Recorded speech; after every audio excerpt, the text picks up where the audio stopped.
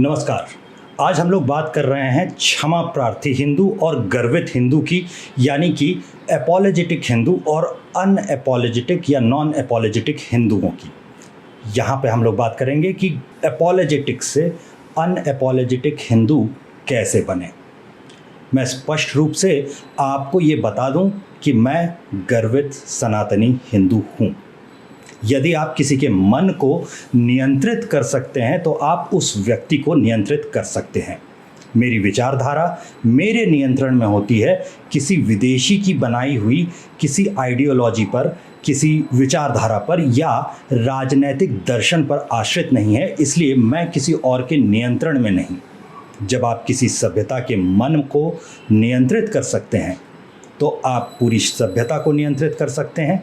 ये बात आपको बहुत आसानी से समझ में आ जाएगी। इसका जो सबसे आसान तरीका है वो ये है कि उनकी अपनी शिक्षा व्यवस्था ना हो, वो आपकी बनाई हुई किसी शिक्षा व्यवस्था पर निर्भर हो। ऐसा होते ही बचपन से आप उसे अपनी विचारधारा वाला बनाने की प्रक्रिया जो है उसे शुरू कर देते हैं। ये युद्ध ही स्वतंत्र मन बनाम गुलाम मन का है। इस्लामिक आक्रमणकारियों ने भारत पर करीब करीब 600 वर्षों तक शासन किया। वो भी पूरे भारत पर नहीं कर पा रहे थे, कुछ कुछ हिस्सों पर कर पा रहे थे, इसलिए वो पूरे हिंदुओं के मन पर शासन नहीं कर पाए। इसका कारण क्या था? शिक्षा व्यवस्था दोनों के लिए अलग अलग रही। गुरुकुल समाप्त नहीं हुए थे। हिंदुओं को अपने उनके शिक्षक मिले हुए थे। धर्मगुरु जो थे वो लगातार एक जगह से दूसरी जगह आ जा रहे होते थे, लोगों से मिलते थे। जहां आवश्यक होता था समाज सुधार भी आरंभ करने में ऐसे गुरु बहुत सफल रहे थे। भक्ति काल के मीरा या कबीर रैदास आदि हों, शंकराचार्य विद्यारण्य हों, समर्थ रामदास हों, वो स्थान स्थान पर बदलाव लाते रहे, जहाँ जैसा आवश्यक हुआ करते रहे। मकतबों और मदरसों में पढ़ाई करने वालों की संख्या अगर थी भी तो वो संस्कृत आदि अपने शिक्षकों से सीख रहे होते थे। अंग्रेज़ों के पास जो संख्या बल का लाभ था, गिनती का लाभ था, वो इस्लामवादियों जैसा नहीं था। भारत अंग्रेज़ों का सबसे बड़ा उपनिवेश भी था। भारत में आप अंग्रेज़ों की जनसंख्या देखेंगे तो वो कभी भी 80,000 से अधिक नहीं रही। करोड़ों की जनसंख्या को मात्र 80,000 लोगों द्वारा नियंत्रित करना असंभव था। इसलिए अंग्रेज़ों ने एक विचार तैयार किया। ये विचार कई हिस्सों में बटा हुआ था। पहला ये कि भारतीय लोगों को ये विश्वास दिलाओ कि हम यानी भारतीय और फिरंगी एक ही जाति के हैं, आर्य होते हैं। दूसरा ये समझाओ कि भारतीय समय में बदलाव के बाद भी असभ्य बने रहे, जबकि अंग्रेज़ सभ्य बन गए। एक ही सभ्यता से निकले, आर्य सभ्यता से, लेकिन एक सभ्य बना और एक असभ्य। अंतिम बात ये थी कि अंग्रेज़ भारतीय लोगों को सभ्य बनाने आए हैं। इस सिद्धांत को मोटे तौर पर मैक्लेवार्ड कहा जाता है। मैक्लिज्म जिसको कहते हैं वो इसे कहा जाता है, और इसका उद्देश्य हिंदुओं के आत्मसम्मान को ठेस पहुंचाना, उन्हें आत्मघृणा पर मजबूर कर देना था। इस शिक्षा व्यवस्था का उद्देश्य ये था कि हिंदुओं को विश्वास दिला दिया जाए कि वो असभ्य हैं। बिल्कुल अंत के समय तक देखेंगे तो भी अंग्रेज़ ये तर्क देते रहे थे कि उन्होंने अगर शासन छोड़ दिया तो सत्ता ब्राह्मण हथिया लेंगे, भारत टुकड़े टुकड़े हो जाएगा। इसी तर्क के आधार पर उन्होंने मोहम्मडनों को समझाया कि हिंदू तुम पर शासन कैसे कर सकता है, तुम इतने साल तक राजा थे, इसलिए बंटवारा हुआ। तो शिक्षा व्यवस्था में परिवर्तन के जरिए ये किया जा सके, इसके लिए 1830 में भारत में मैकले शिक्षा प्रणाली शुरू की गई। अब प्रश्न ये है कि गर्वित हिंदू कौन है? गर्वित हिंदू वो हैं जो हिंदू होने पर गर्व महसूस करते हैं, जो हिंदू संस्कृति, रीति रिवाजों, अनुष्ठानों, देवताओं से प्यार करते हैं।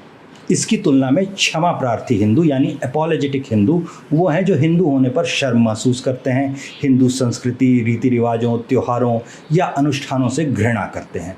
मैकाले हिंदू को क्षमा प्रार्थी भीरू अपनी परंपराओं पर शर्मिंदा बनाना चाहता था, और जल्द ही अंग्रेज़ों को इसमें सफलता मिलने भी लगी।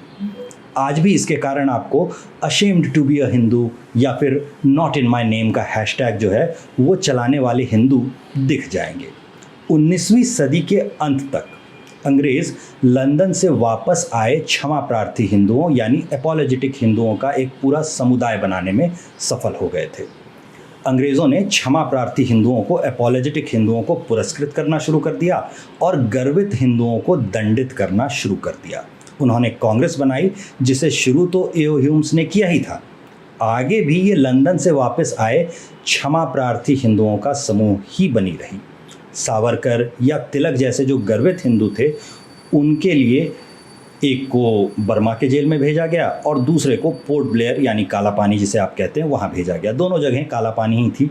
इसकी तुलना में देखेंगे तो एक्सीडेंटल हिंदू जो खुद को बताते थे, वो नेहरू क्षमा प्रार्थियों हिंदुओं के सबसे बड़े प्रतीक के रूप में उभरे या उभारे गए। गांधी आगे किए गए।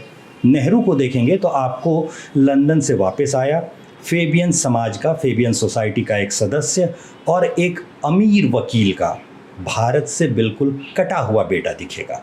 अंग्रेज़ों ने 1946 में जब भारत छोड़ने का फैसला किया, तब भी उन्होंने क्षमा प्रार्थी हिंदुओं की जो पूरी सेना बना ली थी, उसको अंग्रेज़ों की विरासत को आगे बढ़ाने और भारत को छोड़ने के बाद भी उनकी कठपुतली बनकर काम करने के लिए भारत में छोड़ गए। उन्हें बस एक क्षमा प्रार्थी हिंदू को सत्ता क्षमा देने की ज़रूरत थी। अब सरदार पटेल जो थे वो गर्वित हिंदू थे। आप जानते हैं कि सोमनाथ मंदिर बनाने में उनका कितना योगदान था। कांग्रेस अध्यक्ष पद के लिए जब मतदान हुआ तो 16 में से 14 वोट उन्हें मिल गए। लेकिन क्षमा प्रार्थी हिंदू यानी जिसे हम हीन भावना से ग्रस्त हिंदू कहते हैं, ऐसे एक हीनू गांधी को वीटो का इस्तेमाल करके नेहरू को कांग्रेस का अध्यक्ष और फिर भारत का प्रधानमंत्री बना लेने दिया गया। अंग्रेज़ और गांधी दोनों के लिए ये सुविधाजनक था। वो सत्ता केवल एक क्षमा प्रार्थी हिंदू, एपोलॉजेटिक हिंदू को सौंपना चाहते थे। भारत के पहले प्रधानमंत्री बनने के बाद नेहरू ने एक आज्ञाकारी कर्मचारी की तरह काम करना शुरू किया और पूरे हिंदू समाज को क्षमा प्रार्थी हिंदू में बदलना शुरू कर दिया। पहले 5 शिक्षा मंत्रियों को अगर आप देखेंगे तो 5 में से 4 मुस्लिम थे। भारत का पहला शिक्षा मंत्री एक मदरसा छाप मौलाना था। नेहरू ने पूरी शिक्षा प्रणाली को कट्टर मार्क्सवादी, क्षमा प्रार्थी हिंदुओं और मोहम्मडनों से भर दिया। कैसी विचित्र बात थी। एक सभ्यता जो करीब 1000 वर्षों की गुलामी के बाद आज़ाद हुई, वो अपनी शिक्षा व्यवस्था एक मौलाना को सौंप देती है, जिसके समुदाय ने भारत को वर्षों तक गुलाम बनाने का प्रयास किया और अभी भी गजवाए हिंद करने की तैयारी कर रहे हैं। गॉडसे द्वारा जब गांधी की हत्या होती है तो वो नेहरू के लिए जैकपॉट साबित हुई। नेहरू ने सभी गर्वित हिंदुओं की आवाज़ों को इसके बहाने कुचल दिया। हत्या अगर होती है तो हत्या से फ़ायदा किसे होगा, ये पुलिस ढूंढने का प्रयास करती है। लेकिन गांधी की हत्या में, गांधी की हत्या से सबसे ज़्यादा फ़ायदा जिसे हुआ यानी नेहरू को, वो सवालों से परे है। इंदिरा गांधी ने और भी नियंत्रित किया। उसके ज़माने में केजीबी आ गई। बचपन में आप सभी ने रूसी किताबें पढ़ी हैं, शायद आपको याद होगा। नेहरू परिवार ने मार्क्सवादियों को भारत की शिक्षा, मीडिया, सिनेमा, कला और संस्कृति पर कब्जा करने की पूरी छूट दे दी और फिर पूरी सभ्यता को क्षमा प्रार्थी से और ज़्यादा क्षमा प्रार्थी बनाने का एक बड़ा खेल शुरू कर दिया। पीसी जोशी ने कम्युनिस्टों के जरिए इस काम को आगे बढ़ाया। हिंदुओं को ये विश्वास दिलाया गया कि उनका समाज पितृसत्तात्मक समाज है, महिला विरोधी है। उनके त्योहार बेकार और गंदे हैं। उनकी वर्ण व्यवस्था, उनकी जाति व्यवस्था गंदी है। हिंदू हिंसक, आतंकवादी हैं। हिंदू भगवान को गाली देना अच्छा है, कूल है, फैशनेबल है। गाय का मांस खाना अच्छा है। अगर आप खुद को हिंदू कहते हैं तो आप प्रतिगामी हैं, पिछड़े हुए हैं, पोंगापंथी हैं। आजकल तो ये भी विश्वास दिलाया जाने लगा है कि लोग लड़कियों से छेड़छाड़ करने के लिए मंदिर जाते हैं। आज हम सभी क्षमा प्रार्थी हिंदू हैं। कोई 10% हो सकता है, कोई 100% हो सकता है, लेकिन हम सभी थोड़े बहुत क्षमा प्रार्थी हिंदू तो ज़रूर हैं। हमारे हिंदू स्वाभिमान को नष्ट कर दिया गया है पिछले 30 वर्षों में। 1992 से और विशेष रूप से पिछले 10 वर्षों में हमें जगाने के लिए कुछ प्रयास तो हुए हैं, लेकिन वो सभी राजनैतिक प्रयास थे और केवल राजनैतिक लाभ के लिए थे, ठोस प्रयास नहीं थे। इसकी शुरुआत शिक्षा से हुई थी और इसे केवल शिक्षा से ही बदला जा सकता है। ये कोई रातों रात बनने वाली परियोजना नहीं है कि आपने एक जादू की छड़ी घुमाई और पूरी एक सभ्यता गर्वित से क्षमा प्रार्थी हो गई या क्षमा प्रार्थी से गर्वित हो गई। 150 साल अगर किसी गर्वित सभ्यता को क्षमा प्रार्थी बनाने में लगे हैं तो इसे उलटने में भी 150 वर्ष लगेंगे। हिंदुओं को क्षमा प्रार्थी से गर्वित बनाने का तरीका क्या हो सकता है?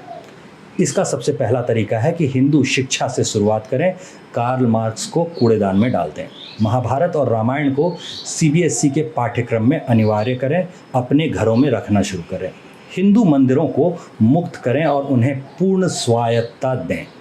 क्षमाशील हिंदुओं को बढ़ावा देने के बदले गर्वित हिंदुओं को पुरस्कृत करें, उन्हें वरीयता दें। हिंदू विरोधी फिल्में, धारावाहिक, लेखों, सोशल मीडिया इत्यादि के लिए सख्त नियम बनाए जाएं। जब तक हिंदू समाज अपने इतिहास, अपनी सभ्यता, अपनी संस्कृति पर गर्व करना शुरू नहीं करता, तब तक सनातन का पुनरुत्थान असंभव है। इसकी शुरुआत आप अपने घर में रामायण महाभारत रखने से कर सकते हैं, उनके नियमित पाठ से कर सकते हैं। किसी संगठन के आपकी सहायता के आने के लिए इंतज़ार करने के बदले, प्रतीक्षा करने के बदले स्वयं प्रयास करना आरंभ कीजिए और छोटे छोटे प्रयास खुद से कीजिए। कम से कम इस दुर्गा पूजा, इस दिवाली पर अपने घर में अपने धर्म ग्रंथ ला के रखने का प्रयास तो आप शुरू कर ही सकते हैं। धन्यवाद।